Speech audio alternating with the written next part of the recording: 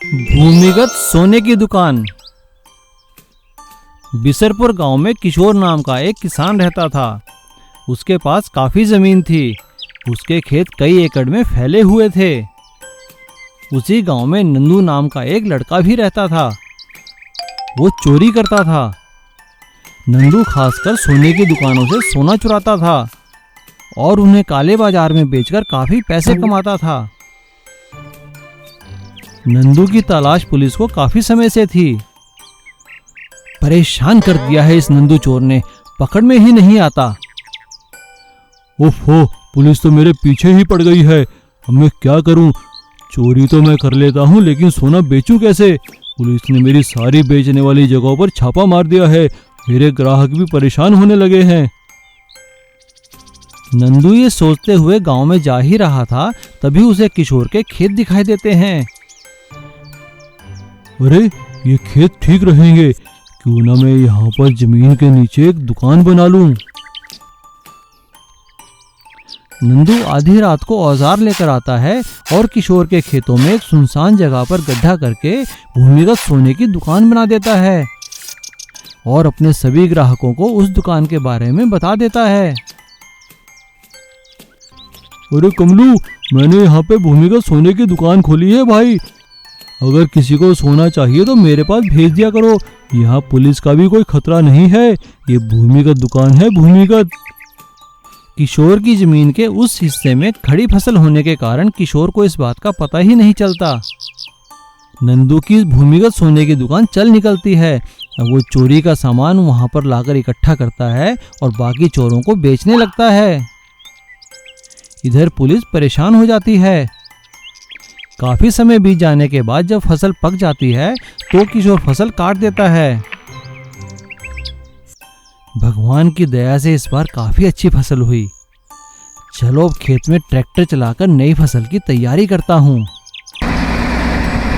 बारिश होने के बाद किशोर अपनी पूरी जमीन में ट्रैक्टर चलाता है और नई फसल की तैयारी करता है।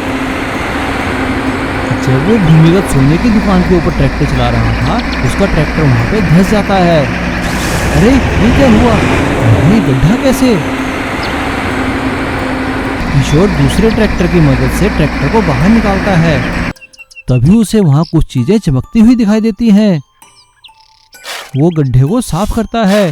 तभी उसे भूमिगत दुकान का रास्ता दिखाई देता है। वो दुकान के अंदर जाकर हैरान हो जाता है। अरे, ये क्या? मेरे खेत के अंदर भूमिगत सोने की दुकान। ये जरूर नंदू चोर का ही काम होगा। पुलिस उसकी काफी समय से तलाश कर रही है। किशोर पुलिस को फोन कर देता है। पुलिस आकर सारा सोना जब्त कर लेती है और नंदू को पकड़कर जेल में बंद कर देती है। पकड़े गए सोने में से किशोर को इनाम मिलता है और नंदू की भूमिगत सोने की दुकान बंद हो जाती है। किशोर गड्ढे में मिट्टी भरकर उसे समतल कर देता है और फिर से वहां पे फसल लहलहाने लगती है।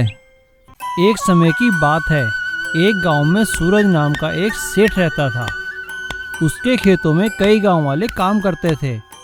वो बहुत ही बेईमान था। वो सभी मजदूरों से काम अधिक लेता और उन्हें दाम कम देता। सभी मजदूर उससे बहुत परेशान थे। वो गलत तरीके से पैसे कमाकर अपने खेत में एक गड्ढे में दबा देता था। एक दिन रामू नाम का एक किसान सभी गांव वालों से कहता है, भाइयों, ये सूरज सेठ हम लोगों से कितनी मेहनत लेता है और हमें पैसे कम देता है। हमें इस बारे में सूरज सेठ से बात करनी चाहिए। हाँ रामू, तुम ठीक कहते हो। हमें चलकर सूरज सेठ से बात करनी ही चाहिए।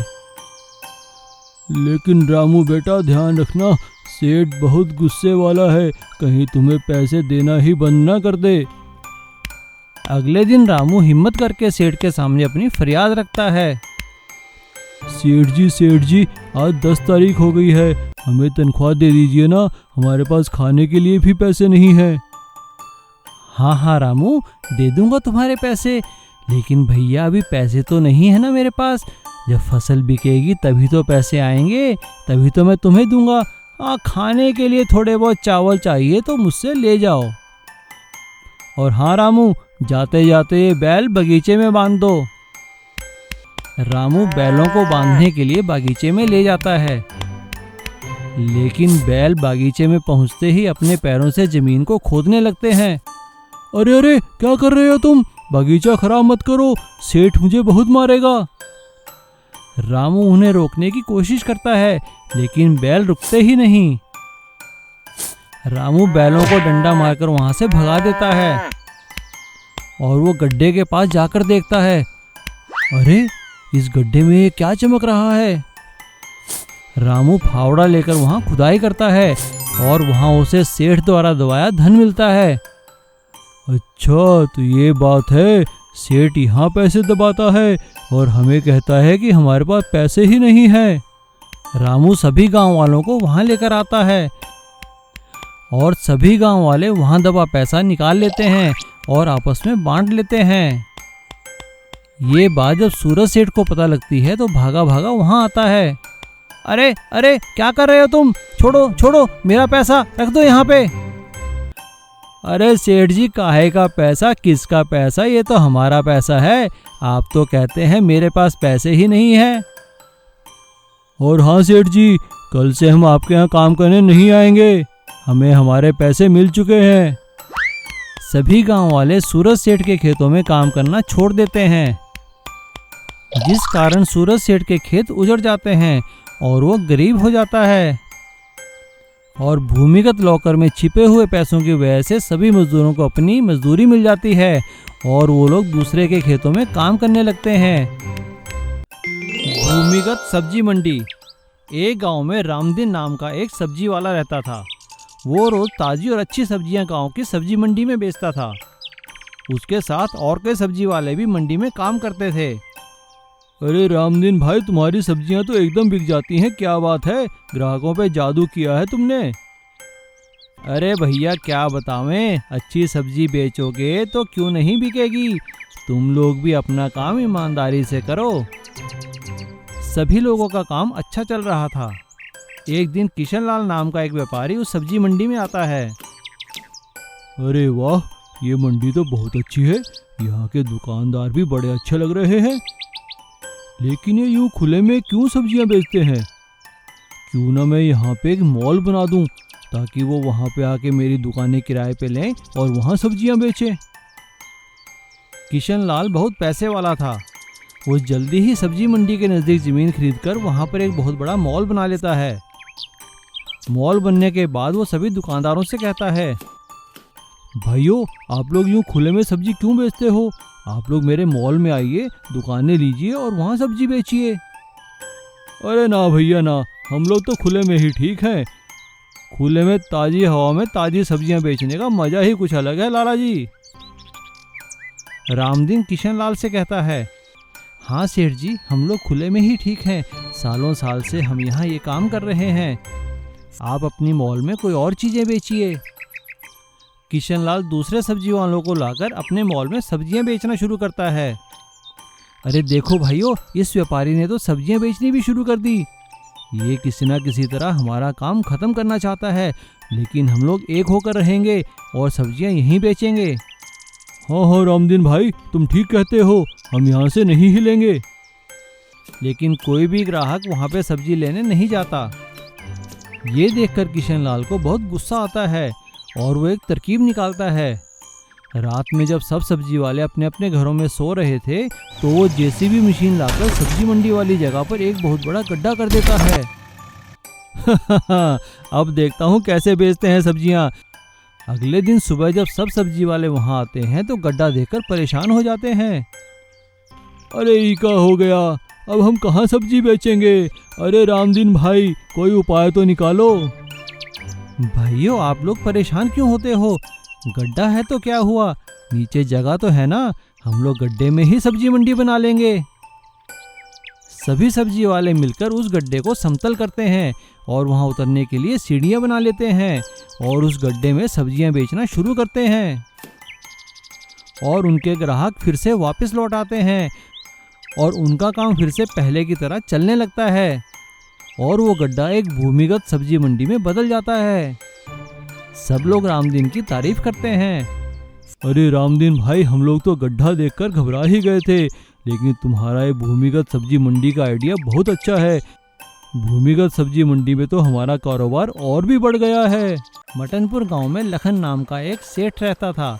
वो बहुत ही धनवान था। उसके पास धन संपदा की कोई कमी नहीं थी। उसकी एक बेटी थी रेखा। रेखा बहुत ही खूबसूरत थी।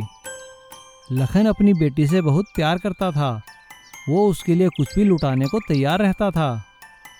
लेकिन उसी गांव का एक गुंडा जगदीश उसकी बेटी को बुरी नज़र से देखता था। अरे रेखा रानी कहाँ चली, जरा हमारी तरफ भी देख लिया करो। मेरा हाथ छोड़ो, तुम मेरे पिताजी को जानते नहीं हो। उन्हें पता चला तो तुम्हारी खैर नहीं। रेखा ने इस बात की शिकायत अपने पिता लखन से की। पापा पापा देखिए ना, ये मुझे बहुत तंग करता है। जब भी मैं कॉलेज जाती हूँ मेरा रास्ता घेर लेता है। रेखा की बात सुनकर लखन ने जगदीश को खूब मारा। जगदीश, अगर तू दोबारा मेरी बेटी के आसपास भी दिखाई दिया तो मैं तुझे जिंदा नहीं छोड़ूंगा। भाग जा यहाँ से। जगदीश मार खाकर वहाँ से चला जाता है, लेकिन वो मौके की तलाश में रहता है। एक दिन जब लखन सेठ किसी काम की वजह से शहर गए हुए थे तो जगदीश अपने गुंडे साथियों के साथ मिलकर रेखा को उठा लेता है। बचाओ बचाओ, ये गुंडे मुझे उठाकर ले जा रहे हैं। कोई है, कोई मेरी मदद करो। गांव का एक शरीफ नौजवान लड़का मदन उन्हें रेखा को उठाते देख लेता है। अरे ये तो रेखा है। जगदीश इसे कहाँ उठा के ले जा रहा है? मैं पीछा करता हूँ। मदन उन गुंडों का पीछा करता है, लेकिन जंगल में ठोकर खाकर गिर जाता है। हे भगवान, अब मैं क्या करूं? अब कैसे पीछा करूं? कैसे पता लगाऊं कि वो रेखा को लेकर कहां गया है? तभी अचानक मदन को जंगल में एक बहुत बड़ी सुनहरे रंग की मुर्गी दिखाई देती है। अरे इतनी बड़ी मुर्गी! मैं इसकी पीठ पर बैठकर उन गुंडों का पीछा करता हूँ। मदन लपककर उस मुर्गी की पीठ पर बैठ जाता है और गुंडों का पीछा करता है। थोड़ी दूर पीछा करने के बाद वो गुंडों के पास पहुंच जाता है। इतनी बड़ी मुर्गी को देखकर गुंडे हैरान हो जाते हैं। मदन उस मुर्गी की सहायता से सारे गुंडों को मार देता है और रेखा को बचा लेता है। रेखा मदन का धन्यवाद करती है। आपका बहुत बहुत शुक्रिया इन गुंडों से मेरी जान बचाने के लिए। मदन रेखा को उसी सुनहरी मुर्गी पर बिठाकर गांव वापस ले आता है और उसके पिता लखन के हवाले कर देता है। पिताजी, मदन ने ही मुझे बचाया है, आप इन्हें इनाम दीजिए। और लखन सेठ अपनी बेटी को सही सलामत देखकर बहुत खुश होते हैं और मदन को खूब सारा सोना और चांदी देते हैं। मदन मुर्गी का धन्यवाद करता है और उसे जंगल में छोड़ देता है। सुनहरी मुर्गी, तुम्हारा बहुत बहुत धन्यवाद। अगर तुम समय पर ना मिलती तो मैं रेखा को नहीं बचा पाता। और इस तरह सुनहरी मुर्गी की मदद की वजह से मदन माला माल हो जाता है। सेठ लखन उसे खूब सारा सोना और चांदी देते हैं।